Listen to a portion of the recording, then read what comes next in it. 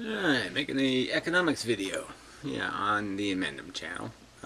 Just because I haven't done it in a while, and it'll be a good change of pace, and I've been meaning to do it, and the subject of Lagerdome this month is the economics. So I just thought I would do some sort of think put thing, just see what I think put. The Modern Mystics Over the Peak site, I do, pay attention, but it's all very kind of obscure, and it's all, it's kind of like this. It just kind of wobbles along. So I didn't know they came up with this explanation for how they moved the stones at Stonehenge, I guess. So it works, so why not? It appears to work. I just don't know. I think well, I guess I would move the rock first and then carve the face, just in case in case the rock fall down. That wouldn't be good. Anyway, it's really not much of a story. So anyway, it's all these metaphors and all this, obscurity, which I don't really, no. So anyway, the basics, simplest part. There's two things of value in the world: stuff and the labor that makes stuff. And you can just say that the labor that labors. Some of the labor makes stuff. Some of the labor, works at hospitals or something. Where it's just used up labor. The stuff is immediate stuff. It's just used up. It's very durable stuff. No, it's very indurable. It's very undurable. Yeah, stuff, and some stuff is durable stuff. So the durable stuff is houses, all that kind of good stuff. And property, that kind of land, that kind of thing. And the crappy stuff is, the rest of the stuff is kind of degrades, but you can own Twinkies for 10 years and they'll be okay. And the rest is labor. And what basically the economy runs on is trading stuff. And when people when they don't have the goods, when they don't have the money to trade, they trade with a promise to some, future, like I will work tomorrow if you give me my donut today. I'll work for it in the future and pay for it in the future. And so they do this. They tend to get ahead of themselves. They're living in the world they're financing tomorrow. And you can sort of get away with that, but the problem is that there's people who are doing that. They're doing the lending of the money, and they're demanding a profit for lending you the money. Profit over the losses to people dropping dead of heart attacks and all that stuff. So besides paying the liability of the people who don't pay their debts, you're paying the liability of the rich person who wants to make money. The lender. So we're sitting here in an economy, the basics of it are there's $20 trillion in public debt. I can't tell you how big a number that is, but it's just a huge number, like 10 years labor or something, your share. Huge, huge, huge, huge, monstrous pile of money. 5 years labor anyway. It really depends on who's doing the labor and how many people are doing the labor. But it's a lot of labor, let's just put it that way. A lot of Hoover Dams worth of labor in $20 trillion. And then you got the personal debt, which is, all the people, credit cards, this, that, and the other stuff. And then you got the business debt, and that's all another thing. So anyway, and so all of this stuff is promises. Now the question is, are these promises good? Will they actually be able to pay them back? And I think the answer is obviously no. It's all bad debt, most of it, half of it, whatever you want to call it, half of it's bad. But they're just pretending it's okay because no one's forcing the issue. So it's not till something forces the issue. There's that run on the bank kind of scenario. And there can be, it has different, it can manifest itself in different ways. Like a run on like the stock market, you could have a crash and there'd be a run on margins, the debt. And people would have to start selling assets and, all kinds of, forcing other people to pay debts they owe. So they have to force some bankruptcies for people to resolve or get their money. And it's just they've kind of avoided forcing any bankruptcies because bankruptcies are bad for everybody. So everybody just wants to avoid making anybody go bankrupt because bankrupt means somebody's not going to get paid. So they're just pretending that everything's okay and just keeping everything afloat, even though everything's insolvent, including the United States government. So that's the basic lay of the land. And now the question is how we fix it, or how's it gonna play out. I guess you can't fix it, because I guess the argument would be made is that this happened in 1929, right? The rich got really rich. They didn't need the workers anymore, you know, and basically everybody was way overextended. So workers weren't making enough money. They borrowed money to live, and in that, those debts were all bad. So they bought lots of cars and, you know, all the roaring 20s. Everybody thought they were rich. They weren't really rich. And everybody thought they were rich because they had money in the stock market, and the stock market was going up. And so when the stock market crashed, everybody went, hey, I'm poor. And so nobody could pay taxes, nobody could do anything. So then, you know, nobody could invest in anything, nobody could do anything. So it was just a spiral where the unemployment created less consumption, the less consumption created unemployment, you know, so everything just fed into the spiral down. And what was really happening in the spiral down, you could say, like in the big picture, was that all the bad debt was being resolved. So the crash was basically just forcing the bankruptcies. And so then when you bankrupt, then you have to rebuild. You have to start over again. You know, because obviously all the businesses shut down and the buildings close, and then people throw rocks through the windows and all that kind of crap, and then it takes new money to get things rolling again when things start getting better again. You know, when you start having a rational economy where people work and blah, blah, blah, blah. Now, the other catch is that the 29 crash, we got out of it because, yeah, we had a war, and then we rebuilt the world, and, you know, that was just the engine, industrial revolution, all that kind of stuff. And Americans did that stuff. They made products, they built cars, they did all that stuff. Well, we don't do any of that stuff anymore. So we're not going to get out of this trouble by, you know, outcompeting the Japanese. They're not going to rebuild companies that already, manufacturing plants that already exist in China, in America, and have the expectation that we're going to be able to produce the product cheaper than the Chinese. That's really not a reasonable expectation now, right? I mean, if the Americans after the war were obliged to work for the wages of what the Chinese are making now, they'd say, fuck you, we won the war, why do we have to work for this? I'm better off being a soldier than being a civilian. I made more money in the army than I can make being a civilian, so screw it. That kind of, I mean, there's just no way they would work for the nothing that the Chinese are paid. So we're not going to be able to get out of this by being productive, by having jobs. We're just not going to have jobs. And I guess another statement to be made now is that as the rich get richer, they're just fueling the economy with their luxury spending in a way. So everybody's job is basically just doing something rich people finance. And so when the rich people aren't rich or making as much money in the stock market, they'll stop getting their lawns cut, and they'll stop getting their house remodeled, and they'll stop doing all that stuff, which will cause huge unemployment, which will mean people can't buy things, and which will mean other people will get unemployed, and spiral. But the real problem is there really isn't any engine to get us out of that trouble unless we borrowed a huge amount of money, you know, to build a whole bunch of Hoover dams or something.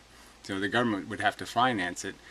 And part of the problem now is the government's already bankrupt. At least in 1929, the government, the federal government, didn't have monstrous debt hanging over its head. It wasn't part of the bankruptcy problem. I mean, the debt problem was private debt, personal debt. Yeah, business debt, which there is now also because of this stupid stock market thing. Everybody's trying to buy up all their own stock, you know, and they're buying it. They're buying high, right? The stock market is preposterously high. Anybody buying stock now probably isn't going to get richer, because it's got nowhere to go. And I'll explain how it has nowhere to go because of QE. QE has made it impossible for, I think, impossible for there to be a practical new high of any significant number in the stock market, because there's nothing to generate that profit. There's nothing to generate the restriction of the asset to create the increase in the price. There's going to be more assets on the market, and it's like, I made the analogy before, but it's sort of like if you're selling paintings and you only had 100 paintings to sell at an auction versus having 500 to sell at an auction. You're probably going to get more per painting, if you're only selling 100.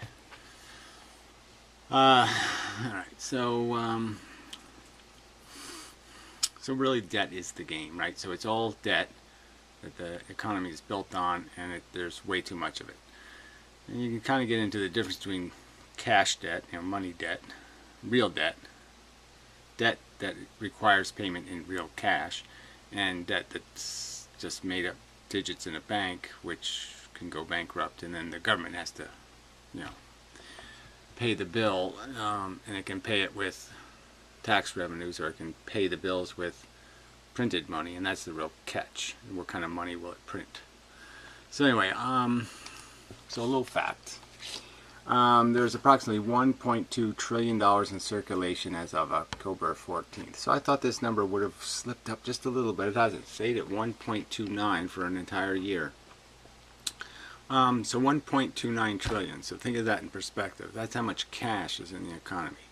The entire world economy, American dollars, 1.29 trillion.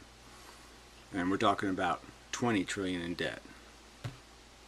So obviously the debt isn't made out of cash. It's made out of it's made out of something else. And the digits it's made out of are these bank digits. The banks can make money anytime they want to make money. They can just make a promissory note. And it can be traded for cash. You can take their digit and convert it into a dollar bill, but it's still their digit. And the dollar bill will float back into a bank, ultimately, the Federal Reserve even, and so it's always going to be reconverted back into a bank digit. But the catch is, let's see, should I do QE first, or do I have something else to say? So anyway, the problem is like I said, so basically you really don't have a choice. In terms of the 29 model is the only model that we know of to resolve debt. Now, another model might be you create hyperinflation, and that means everybody just pays their bills with garbage money, money that isn't worth anything. And so, you borrowed good money and you pay back the money in garbage money. So you could think if there was 10% inflation a year and you borrowed $100 on a 10-year loan, you could figure that in 10 years you're going to be paying back $10 in real dollars. It's not, you know what I'm saying. So inflation is the debtor's friend, in a sense. High inflation above what the loaner expected. So, but now we have deflation, and so the opposite effect is happening. A lot of people have borrowed huge amounts of money, and in a deflationary environment, they're going to have to pay back money that's still worth the same amount as the money they borrowed. And so that's kind of a high burden, especially when you consider, too, some of these people that have debt, wages are tending to go down.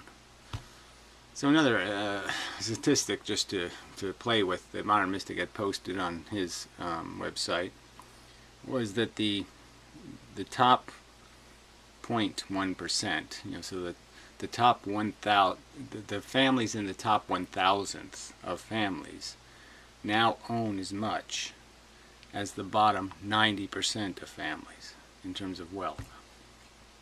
Obviously there's another 10% floating around in there, or 9%, well, 9.9%. That's not doing too badly, but I mean, it's just it just illustrates that there's a ton of wealth at the very, very, very top. It's a huge amount of money, a huge amount of ownership in very few hands, and those hands are essentially financing the economy. I don't know what he wants. It's always something with these cats. What do you want, you critter? Yeah, well, you're going to do that. I'll poke you and see if you go in a direction. Yeah, let's go in the outside direction. Takes a little stretch. And he goes out. It's funny, he's deaf, but he can still talk pretty good. He doesn't talk funny. No, I don't want him. Yeah, sorry, I don't want to be making fun. So anyway, I really should get to the argument that I have. There's some issues with the modern mystic now. This whole QE thing. Okay, this is the quantitative easing. This is the game they play to stimulate the economy. Is what they call it, but it's not really stimulating the economy. It's just stimulating the stock market, which creates a perception of wealth. So you can imagine if you own stock and the stock market goes up 50%, you get very rich. It's like you made a whole bunch of money. And so it's like you went to work or something and you didn't, but you gain ownership through that designation that your money is now worth more money, right? Your debt money, your paper money, your stock is now saying you're entitled to more cash, more of a percentage of the cash, the 1.29 trillion. You now own a bigger percentage of that. And so anything that yeah, so how to draw this picture. So what the QE is the government buys its own debt, essentially. And what it does is I probably don't even need a picture, but it basically tells the bank to buy it with bank digits. So it's not money. So I guess that's one thing to understand is that, okay, so here's a bank, and it can buy stuff with its bank money. So we just call that BM. So it's not cash, it's just bank money. And when it buys something, the bank money goes into circulation just like real money. It can be traded for real money. So it's essentially cash because it can be traded for cash, but it's not cash. It's just a bank digit. And so what they do is they buy bonds off the market for the U.S. government. The government says, yeah, buy us a bond. And they buy it with their bank digits. And then the government, just for insurance purposes, puts in what are called the reserve accounts, which used to be required. The reserve accounts were originally created for the purpose of just maintaining the financial integrity of the banks. It was basically, that's why it's called reserve. It was the idea that you had to have a certain amount of cash in case there was a run on the bank or a certain other thing. And so the reserve accounts were set up outside of the bank. So the bank had to demonstrate solvency by having money in those accounts. And so it couldn't lend too much money. It couldn't get too extravagant because it had to have a percentage of its total assets in the reserve account. So now that idea is gone.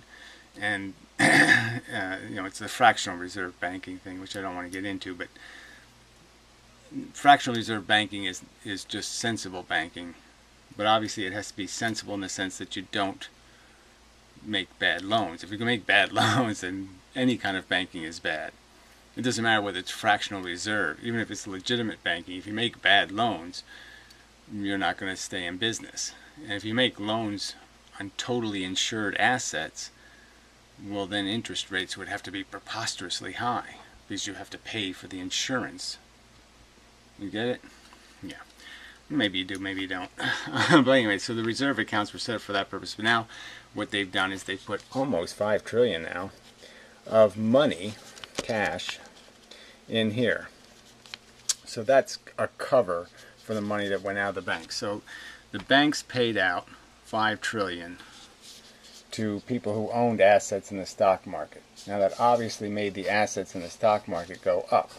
So the stock market's probably gotten $5 trillion boost. Right? It went up $5 trillion because $5 trillion of bank digits went into the stock market, essentially. That's the effective result. Money went in, paper came out. The paper being federal bonds. Even though they're not in the stock market, they are a competitor for the assets in the stock market, so therefore it's the same difference. Buying a stock or buying a bond will both increase the value of the market by extracting a piece of paper out of the market. When you buy something and take it out of the market, that means there's less thing in the pool which means the price of the things in the pool go up. So using sort of a metaphor that the modern mystic did, but changing it a little, if there's fish in the pool and the fish have a certain value, $10 each, and I start extracting fish out of the pool, then you can expect that the price of the fish that remain will start to go up, and especially if there's only a very few fish left, that price will go up. So QE has been sold as if it was going to be something for the people, like they would stimulate the economy and there'd be all kinds of loans made and all kinds of investment, and we'd all start making things here again, even though everybody knows, well, everybody should know, we're never going to do that ever again. Realistically, you're not going to outcompete the desperate and totally gulagged Chinese workers. You're just not going to outcompete a gulag. You're just not. So that's never going to happen. You're not going to create jobs by merely spending money in the economy. That will not create a real job. All you'll do is create rich people that, yes, they might remodel their house and that'll give you a temporary job, but it won't be something permanent, and as soon as the rich aren't rich, you won't have any job. Alright, so anyway, so that's what's basically happened. So $5 trillion has gone into the stock market, bonds have come out of the stock market, and the banks hold the bonds. Now the trick is, it's still a bond, so it's worth something, in the sense that the government has to pay off the bond. So when the bond matures, essentially the government is supposed to pay the bank the $2 trillion. Let's just say this bond is worth $2 trillion, and so it matures, and the federal government has to pay $2 trillion for the bond, because it's time to pay it off. And then when the Fed does that, when it buys it for the $2 trillion, then it will have to put it back on the market to resell it. So bonds are always recirculated. Okay, we don't just let bonds mature and then not resell them, because we need the $2 trillion we paid off the bond. So when the Fed pays off the bond, it's going to have a $2 trillion deficit in its financing, so it's going to have to put it back on the market to try to get this $2 trillion back and break even. At least not have to increase taxes $2 trillion to be able to pay off the bond. Now the trick is that when this takes place, what's really going to happen is this will never happen. The Fed will not be paying okay, the bank for the bond. What will happen is the bank will take the money out of this reserve account that has $5 trillion in it. And essentially, this was borrowed money. So this is money that the federal government never officially didn't collect this money in taxes. The money in the Federal Reserve account is printed cash that has never been put in circulation, essentially. So it's essentially they printed extra cash, so 1.29 trillion. Think about 5 trillion in those reserve accounts. Now, obviously, if you do this simple math, if they put $5 trillion of extra cash into the economy, that's going to whop that number. And the idea of hyperinflation becomes really a prospect. So this is the real liability that the Fed is stuck with, is that the banks will be entitled to take this reserve money out because they put out real digits. It's real bank digits that bought the bonds. So the banks are liable for $2 trillion, well, the $5 trillion in total. The banks are liable for that $5 trillion. So they're going to have to be paid in cash. But the Fed doesn't have the cash. It only has the reserve digits. But the reserve digits weren't collected through taxation. They were just printed. So that's the liability, is that this printed money will end up getting released as part of this bond problem. Now, it'll all go okay if the Fed can resell its bonds at the same price they were before. But we see that bond rates are going way down, and they're not likely to get the same money for the bond that they're paying off. Likewise, the more important, the bigger problem is when they put that $2 trillion, $5 trillion worth of bonds on the market, the stock market, essentially, when they put it on the market, what's that going to do is the people who will be persuaded to buy those bonds, and now that the government's not buying them, see, bond rates are real low now, right? Like a 2-year bond is almost negative interest rates. They're only that way because no one's really buying them. No real person is buying them. The government's buying them. But when the government has to sell them on the real market, it's going to have to pay an interest rate. It's going to have to give somebody something in return, especially if you're a little bit worried about inflation, right? So if I'm a rich guy, I got $1 billion, let's say, and the government says, here, you want to buy one of our bonds? You get no interest. I'm going to be like, what? I get no interest? I'm not going to buy. Why would I buy that? I'm not going to buy that. That's what? I'd be an idiot to buy that. So yeah, that's not going to happen. I ain't buying that. So they're going to have to persuade me to buy it by offering me interest. This is what I mean by the government's not going to really get its $2 trillion because it's going to have to lose money to sell the bond.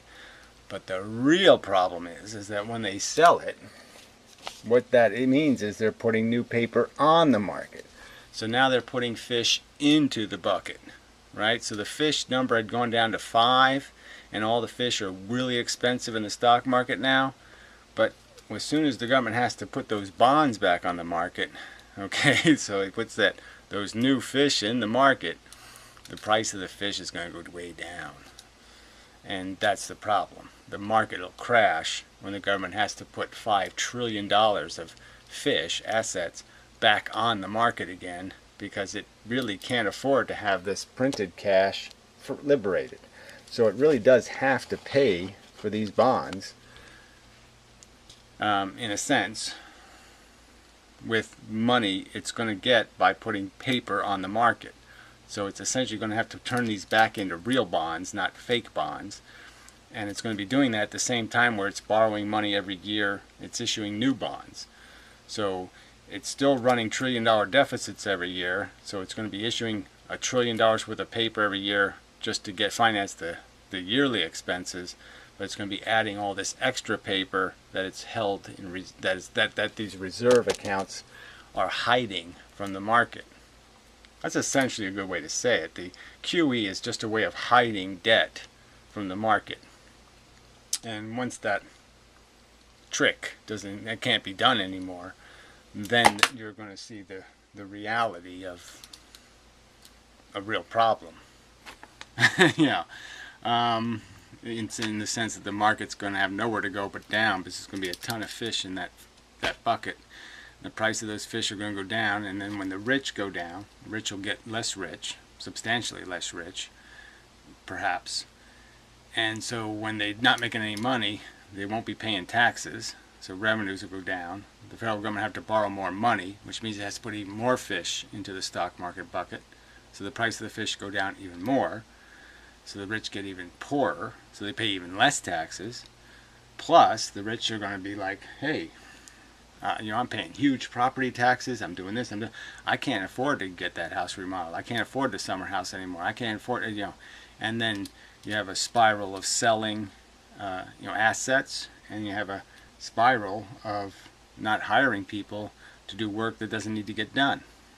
And so all the non-essential work, labor, no longer has a job. They can't pay their debts.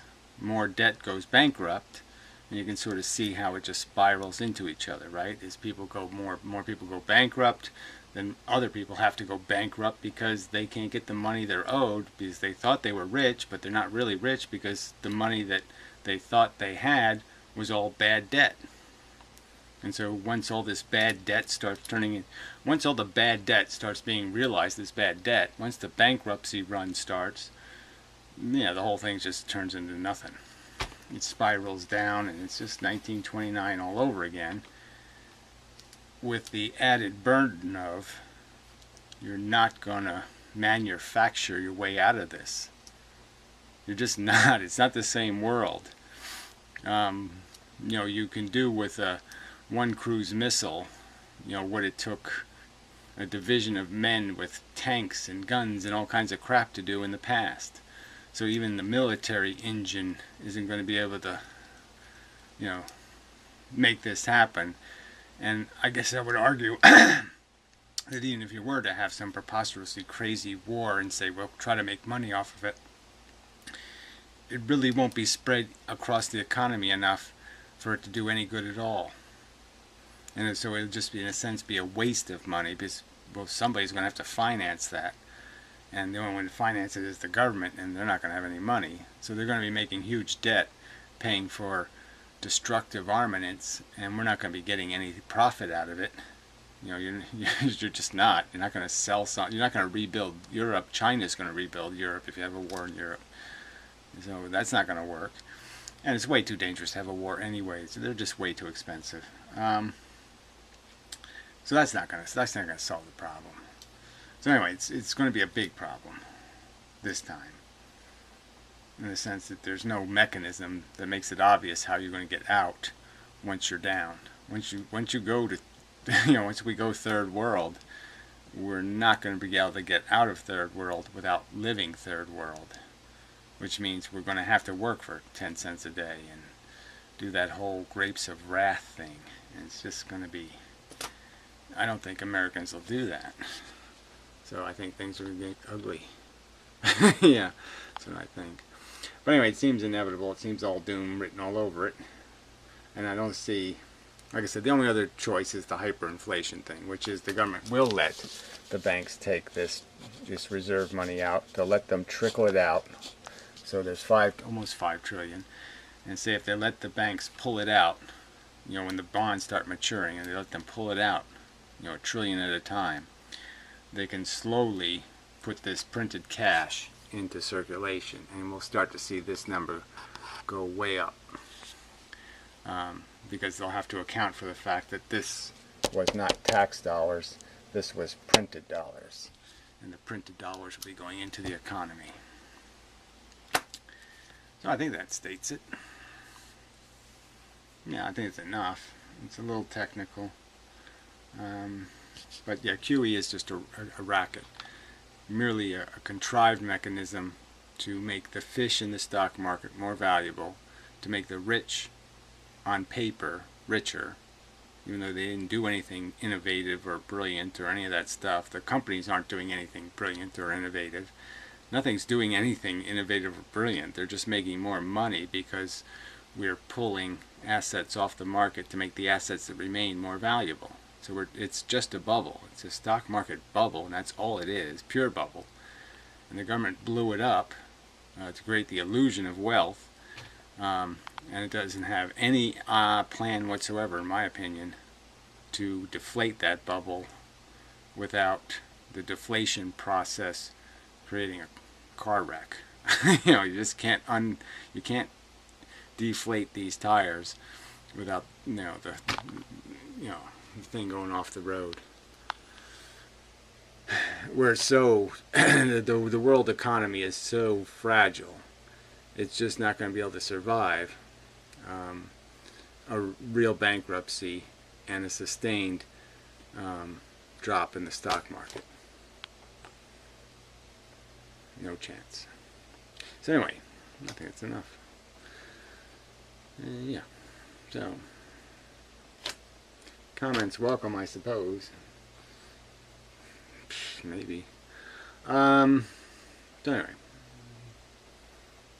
there's probably something else to say, but yeah, it's coming up with some sort of understanding that there is a real difference between this cash and the all the rest of the paper in the economy is just a claim on this cash and the stuff and the labor, right? So it's this cash, stuff, and labor, and that's all that really exists. And the labor is the real fudgy one, right? Because the labor only has value if we got a place to do the labor. If there's no place to convert my labor into asset, stuff, or money, then labor doesn't have any value. It doesn't mean anything. It's not part of the game.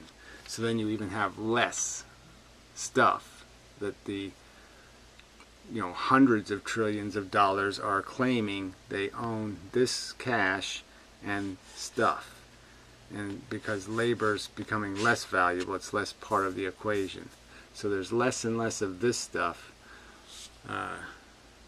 There's a smaller pie and a much bigger pile of IOUs to that pie. So it's essentially the pie is way oversold. And there's no way to, if you ever have to serve up the pie, there's no way to make the pie cover all of that, all those claims. Something like that. So, until next time.